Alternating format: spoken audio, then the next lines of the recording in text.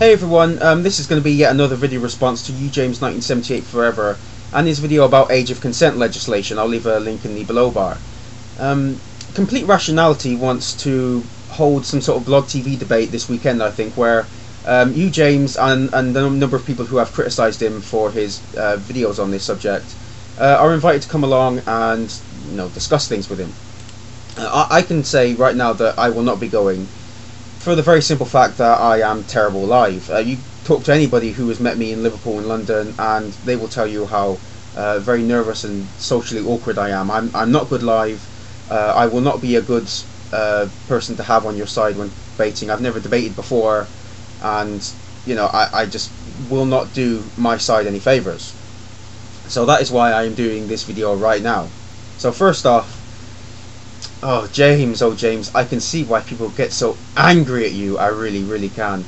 You talk about at the beginning of your video how you're going to clearly state and explain your position, which I find very funny, because in the entirety of your 20-minute video you don't answer any of the questions that people have put forward to you, including myself. I mean, this is like fundamentalist or even Brett Keane levels of dodging questions. Have you even seen the videos that me and other users have posted towards you? Because you have not explained yourself very well, and these are some questions that will really get down to the nitty-gritty of what you actually believe. You then talk about how people say you can't say that age of consent legislation fails to protect people and fails to reduce harm without proposing an alternative. I completely disagree. I think you can say those things. You just have to back up what you're saying with facts and evidence. I mean, I backed up what I was saying. Can you? What I also found funny is how later on in the video you tell people to provide you with evidence, as if it's us who has a problem with providing evidence for our positions. Besides, how do you even know that there are policies out there that are better? I mean, have you even looked? Now, I know you say you've outlined sort of very broad legislation, which I'll get to in a minute, which really leaves more questions than it answers. You then talk about how, because there are still prostitutes and because there are still heroin users, prohibition doesn't work. I mean, did you even watch my video in which I talk about how the sexual recidivism rates in England and Scotland are very lower in fact than the majority of other categories of crime? I mean, you did say you were going to look at the links I posted. Did you even at all? It's called intellectual honesty, James. And another thing, it may not stop all of the harm, but it does prevent some. Well done, you've realised that laws are arbitrary and no law is 100% perfect. Well fucking done. Did it take you this long to figure that out? So we should abandon all laws because we don't live in a peaceful utopia where there's world peace and everybody gets along? Why is it only age of consent laws you have a problem with if your standards are so fucking high? What other laws should we get rid of, James, seeing as none are absolute in keeping people from committing crimes? Now, this is where you talk about legislation. You said you would introduce legislation where someone could be prosecuted for seeking to exploit and manipulate a vulnerable person, while leaving those alone who have proof that the person in question consented to sex. This brings up even more questions that you won't answer. Well, like, what constitutes proof? Like, what if a 40-year-old man filmed a 9-year-old saying that she is consenting to sex? I mean, would that be okay with you? What if they just nodded? How could you tell whether this child was being exploited or not? This is a real mess you've got yourself into, James. Would that be enough proof for you, James? What if the 40-year-old man said that the girl in question consented, but afterwards she said that she didn't? How could you tell whether she consented or not?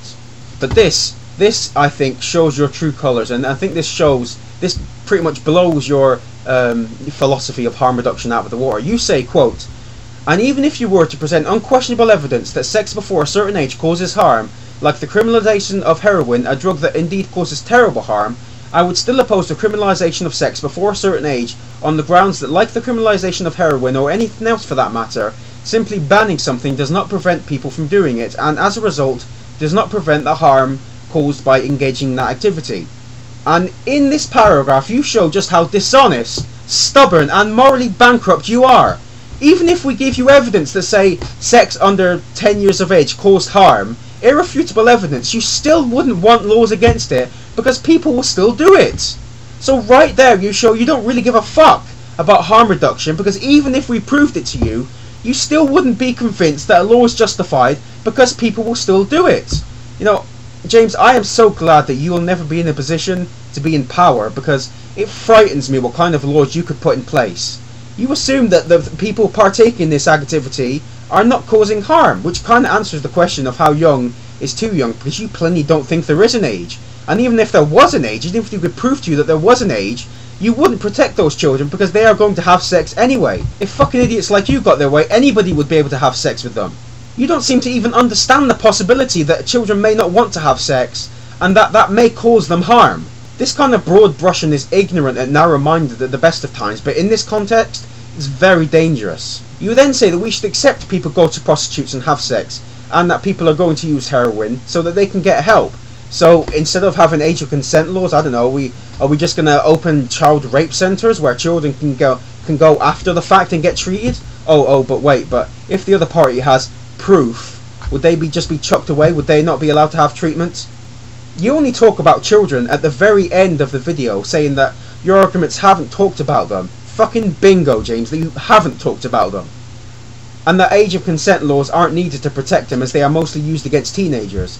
But if you remove age of consent laws, you're basically saying that you can have sex with anyone of any age and you can't be charged with it. So yes, even though you haven't talked much about children, they will be the ones that will be hurt if these laws are gotten rid of. You don't answer any of the questions put to you, James, and I doubt you will answer any of these. You've proven to me, probably a bit later than a lot of other people, that you don't really give a fuck about what people say.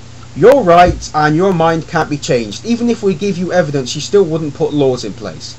And when it comes to a subject like this, you really do not come out of this in a good light.